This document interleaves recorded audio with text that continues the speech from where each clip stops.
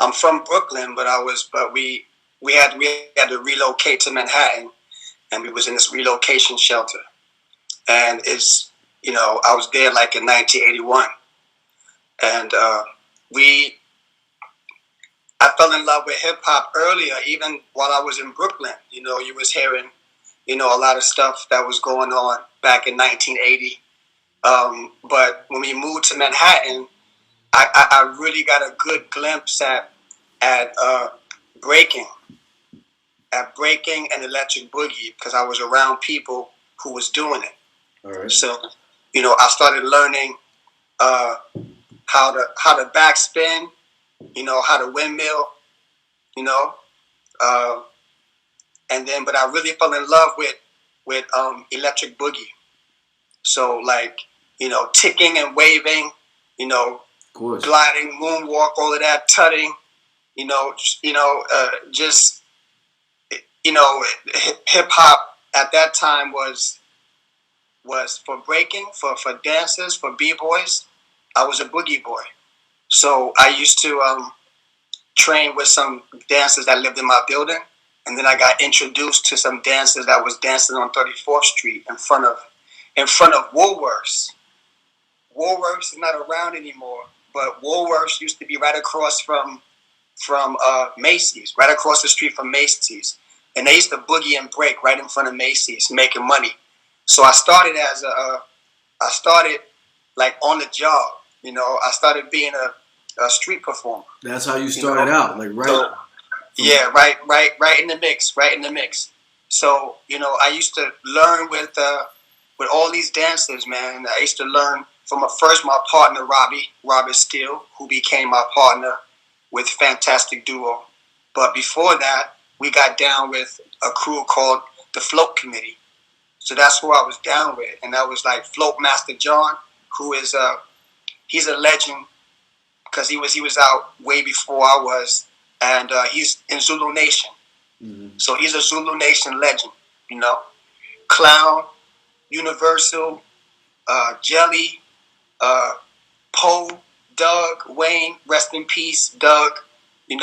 So yeah, man, that's where I started. I started on the streets of New York.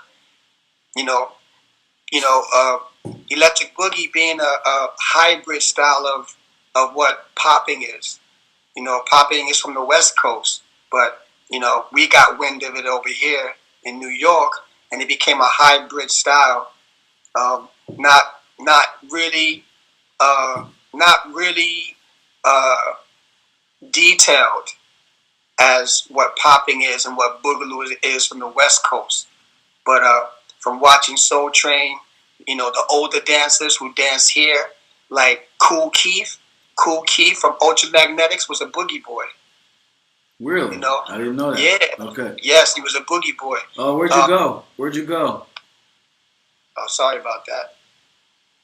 Yeah. All right. Yeah. Sorry. And so Mr. Wiggles was a boogie boy. Mr. Wiggles, Fable. So I was one of those kids that used to go to the Roxy's back in the days. And between 1981 by 1983, I was hitting Roxy's, and we hit this big breakdance contest there, and we won second place. We won second place in the finals. We lost to a crew called the Dynamic Breakers. So that catapulted us into getting a part in the movie Beat Street. Oh, where you were in Beat Street? Yeah. Okay. Well, yeah. I didn't know that. Did not know yeah, that. We're in that audition scene. There's an audition scene when they're auditioning acts for Kool Herc's birthday party. Right. And they're at the Roxy's.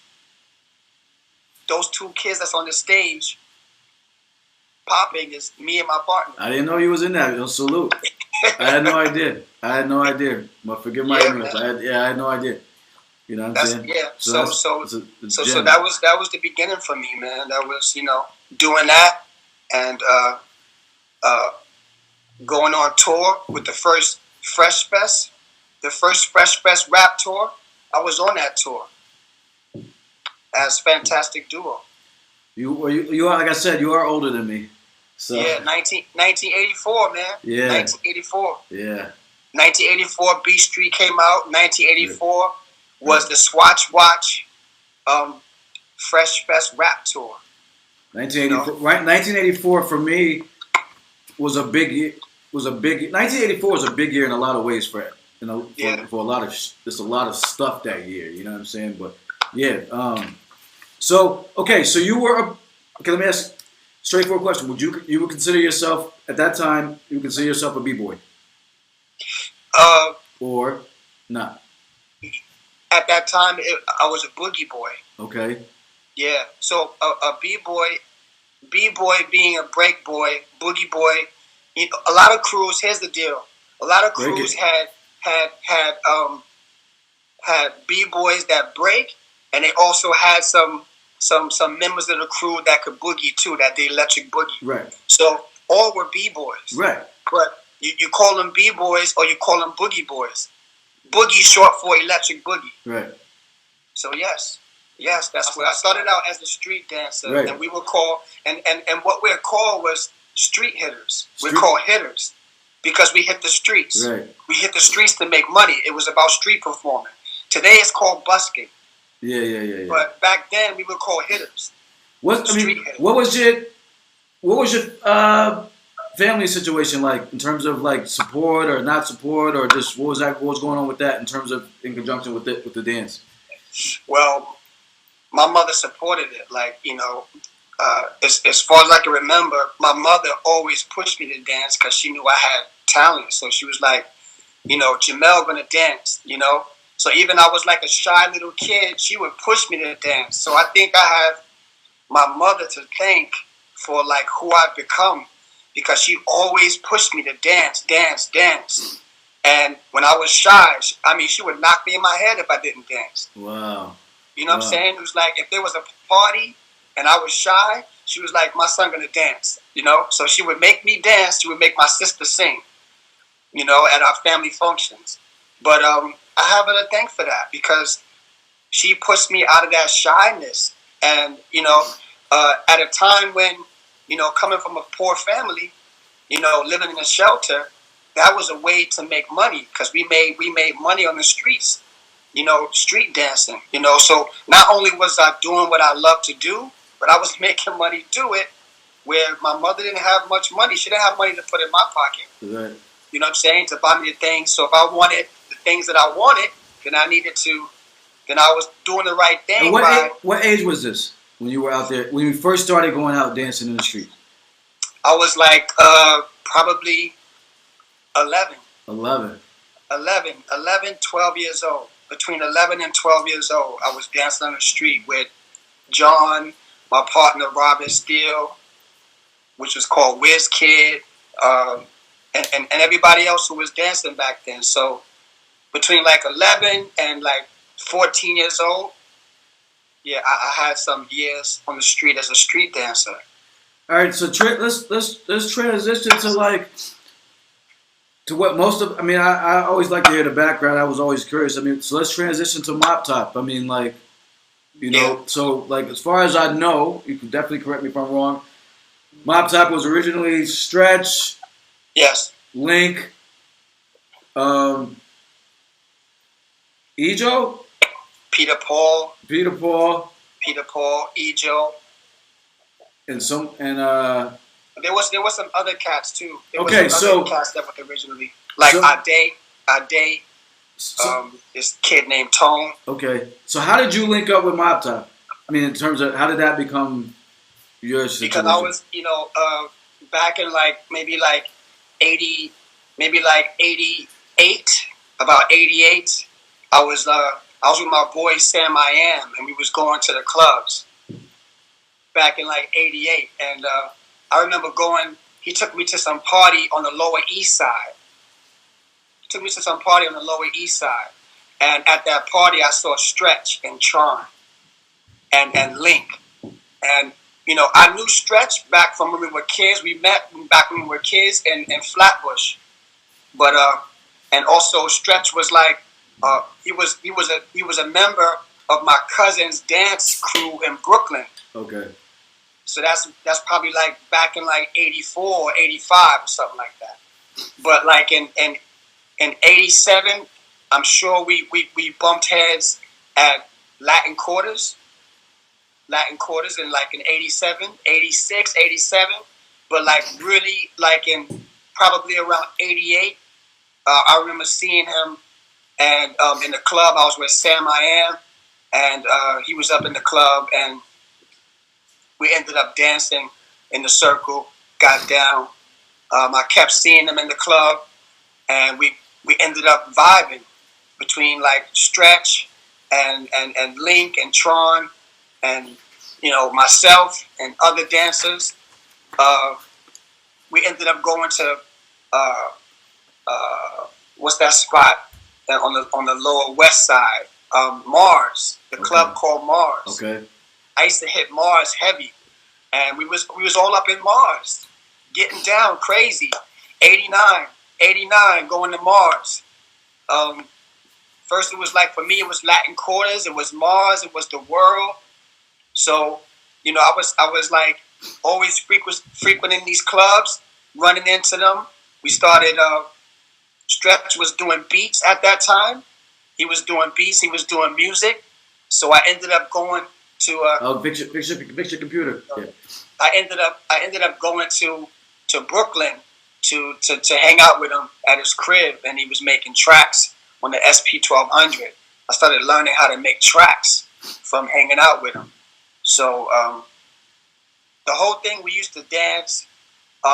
He used to be. He was like the choreographer at the time that was getting music videos. He was getting the job as choreographer. Right, yeah. And because we all danced together, he used to tell me about these jobs. Right. So I used to get down with these jobs. We was all a clique by that time. Right. So whatever was coming up, he would tell me about it. And, you got both of Stretch. You know what I'm saying? Yeah. You know what I'm saying? No doubt. I heard it. Definitely, yeah. Number one choreographer, hip hop choreographer that put stuff on the map, man. So that Mop Top thing was important because it's with Mop Top that I learned about making beats. I transformed into doing other things with hip hop besides just dance. I started making beats. I started rhyming as well. I used to rhyme. Right. Me and Khalif used to be a crew back in the days. Oh, yeah. Wow. Yeah, me and Khalif, we used to be a crew. Yeah, and the Mop Top thing was really important. It was like it's the foundation. It's really important, and like just opening Jackson video came up, and Stretch got called by Fatima Washington to assist her as the choreographer. So he went. He flew to LA to assist her, to be her assistant. So then he told Link about it. He told me about it, and he was like, "Yo, I can't do anything, but there's an audition for Michael Jackson's video. They're not flying you out there. They're gonna fly yourself out there." And so he was okay. Audition. So I'm loving this. So, yeah, this is what I wanted, man. So he was already. His situation was already straight, right? I mean, like, his situation was straight. He did, yeah. But he was the assistant choreographer. Right, exactly. So he was already good. He was just telling you about, hey, here's what's going on. Like this is what this is the best I can do. But here's the opportunity. We got the call. At that time I was living in Manhattan. I was living on where was I living? I was living on 32nd Street. I believe I was living on 32nd Street. 32nd and between 2nd and 3rd Avenue. And the thing was, I didn't have the dough to fly out to LA. So, and neither did Link. We didn't have the money. We didn't have all the money. So we had to ask people. We had to borrow money from people. We had to scrounge money to get money for a flight just to get to LA. And I think with no money to get back. Right, one-way joint probably, huh? We had money for the flight and a little bit of pocket change, and really no place to stay. But Fatima said, if you guys come out here, y'all can stay at my place for the night, but you gotta kind of find a place to stay.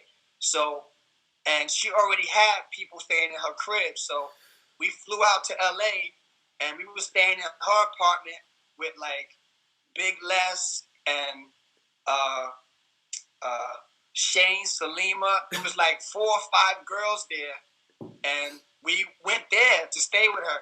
You know, just so that we can have a chance to at least audition. We got Loose Joint in the building telling us about, this is everybody joining in for Rap FM, telling us about auditioning for the Remember the Time video, Michael Jackson, 1992, right? Yeah, it was a big audition too, right. Man. Everybody was there. Right. Everybody from LA was there. The line was crazy around the corner for days. Word.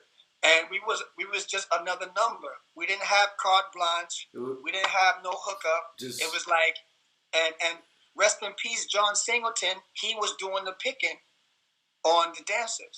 Rest in peace, John Singleton. Salute. Salute John Singleton, who just passed away a couple of days ago. But yeah, man, it's the best job I ever had. Greatest entertainer of all time. I mean, like, so what was that like? It's I think it's freakish. It's freakish because you know how we grew up idolizing Michael Jackson. We all like idolize him, and even him. When I used to dance on the street, I used to do my little Michael Jackson moves. As a dancer, you know what I'm saying? As a dancer, like every dancer, loving Michael Jackson. Of course, every dancer, yeah, of course. Who didn't? He was the greatest entertainer, right? Had the glove, the jacket, had the jacket, everything. Even if it was like a busted oven mitt, like we had that shit. Yo. So I audition, and then I hear that Michael Jackson is there, but we don't see him anywhere. He was watching from behind a room with a window, with a see-through window, like a one-way mirror where he could see us, but we can't see him. So that was my first experience knowing that he was there, but I don't see him. But we auditioning. He's like the Wizard of Oz. He's like the Wizard of Oz behind a curtain. It's crazy, but it was salute, man. All praise to Michael Jackson because I remember working with Michael Jackson, standing there because we had already worked on a routine for the video, but we had to teach Michael Jackson the routine. So he had to come in and learn the routine with us. So now I'm standing here and we're showing Michael Jackson the routine, and I'm like freaking out, like. You can't believe it. Yo, I'm freaking out. It didn't even happen to me. Yo, we are showing Michael Jackson a routine. We had 2 routines. We had the routine that you see in the video, but then there was another routine that was a 4-man routine, that was a tutting routine that just involved Michael Jackson, Stretch, Link, and myself. But we never got to shoot it because he never really got to practice it completely when he got sick for a couple of days. So they didn't have time to shoot it. But again, just being in the room with him alone and we are teaching him this routine. And it's just crazy, man. I'm getting goosebumps right now. Yo, it's like, wild. Yo, I always just thinking about what happened, like that experience, that time. It's like taking me back there right now to like being there and him standing there right in front of me. You know what I'm saying? Like this close. How old were you at the time? I was 22. Okay. Because it's 1992. I was about 22. Or maybe I was 21. I was gonna turn 22 that year. Or I was gonna turn 23. Yeah, 22 or 23. But yeah, it was just a great experience, man. And for him to tell you that you're a good dancer, that's the best compliment I ever received from anyone. I remember being on a set doing a video with him, and then him, I'm walking. It's like we're on break, and we're in Universal Studios, and I'm walking towards him, and he's walking towards me with like his crew and bodyguards, and then he stopped me and said, I just want to tell you that you're a great dancer, and I was like, what? What? Michael Jackson, that was just like the biggest compliment of my life at the time, you know? That's like, you know, it's like you've arrived when someone that great can, you know, tell you that they appreciate what you do as a dancer. That was just the greatest feeling.